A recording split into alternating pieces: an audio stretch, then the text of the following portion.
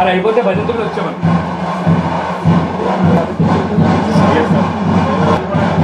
వైద్యులు విడిగా అటు ఇస్తారు.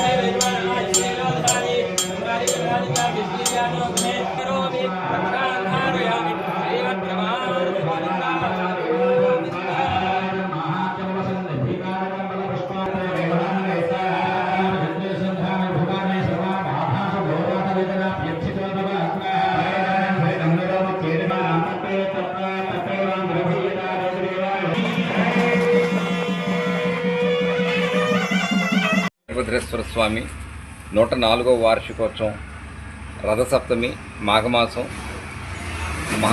పుణ్యపర్వని పురస్కరించుకుని ఈ కార్యక్రమాన్ని నిర్వహించుటకు పెద్దలు, దైవజ్ఞులు, ఆలయ ప్రధాన అర్చకులు శ్రీ శ్రీ శనివారపు సూర్యనారాయణ గారి నేతృత్వంలో వారి కుమారులు శ్రీ శ్రీ శ్రీ శనివారపు రాము గారు, తర్వాత పండిత పరిష్కారంలో భాగంగా భావేష్ గారి నేతృత్వంలో మనకి కార్యక్రమం రేపు ప్రారంభం అవుతున్నది. మొట్టమొదటిగా గణపతి పూజ, పుణ్యాహవాచనం, మండపారాధన, తర్వాత పంచగవ్య ప్రాసనం జరిగిన తర్వాత మధ్యాహ్నం వివిధ రకములైనటువంటి హోమములు, త్రిశూలేశ్వర పూజ ఇవన్నీ జరుగుతాయి. దీనిలో భాగంగా మండపారాధన జరిగిన తర్వాత మహిళలచే పల్లకీ సేవ జరుగుతుంది. సో అత్యంత వైభవపేతంగా మనం శ్రీ సోమేశ్వర స్వామి దేవాలయానికి వెళ్ళి రావటం, పల్లకీ సేవలో స్వామివారిని పల్లకీలు ఊరేగించడం జరుగుతుంది. ఈ మధ్యాహ్నంలో ఈ సుదర్శన హోమం, సూర్య నమస్కారాలు, తర్వాత సూర్య సహిత హోమం, నక్షత్రగ్రహ హోమం, రుద్రహోమం, చండీ హోమం, అదేవిధంగా మనకి ఏకాదశ రుద్రాభిషేకం జరుగుతుంది. ఆ తర్వాత సాయంకాలం మండపారాధన అనంతరం దీపారాధన జరుగుతుంది, అఖండ దీపారాధన జరుగుతుంది. తర్వాత మహానివేదన కార్యక్రమం, తర్వాత గ్రామోత్సవం, దానికి ముందుగా మనకి అగ్నిగుండ మహోత్సవం జరుగుతుంది.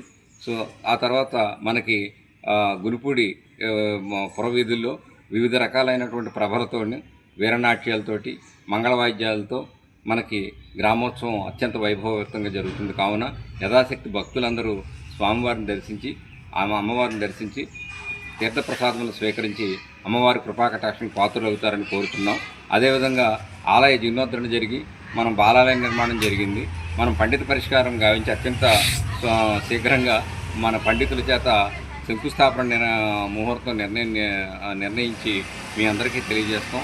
యథాశక్తి స్వామివారి యొక్క ఆలయ నిర్మాణానికి చేదోడు వాదోడుగా నిలిచి ఆలయ పునర్నిర్మాణం పూర్తిగా విధంగా భక్తులందరూ సహాయ సహకారాలు అందిస్తారని ప్రార్థిస్తూ శ్రీ భద్రకాళి సమేత వీరభద్రేశ్వర స్వామి దేవస్థానం, గురుపూడి, కుమ్మర్ల పెద్దవీధి, భీమవరం. నమస్కారం.